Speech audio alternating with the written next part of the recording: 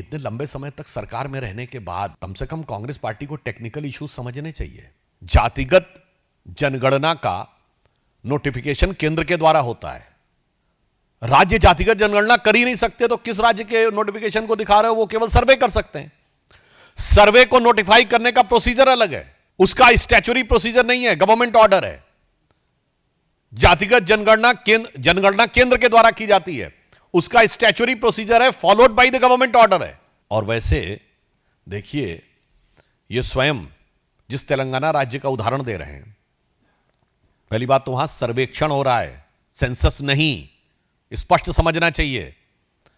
गणना नहीं हो रही है, सर्वे हो रहा है।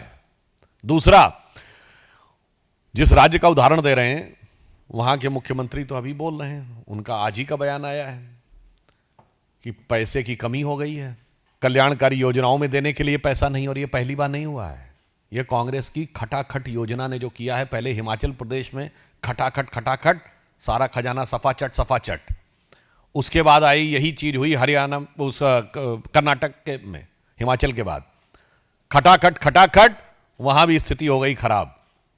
अब सेम चीज तेलंगाना में आती जा रही है।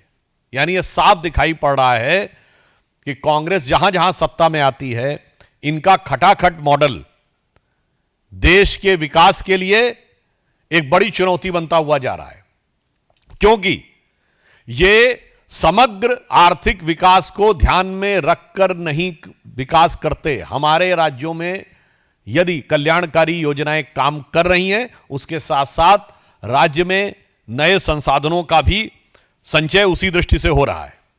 इसलिए मैं एक पंक्ति में कहना चाहूं, जहां जहां ही कांग्रेस आई वहां वहां आर्थिक दृष्टि से हो गई तबाही। और यह उदाहरण हिमाचल, कर्नाटक और उसके बाद तेलंगाना में दिखाई पड़ रहा है।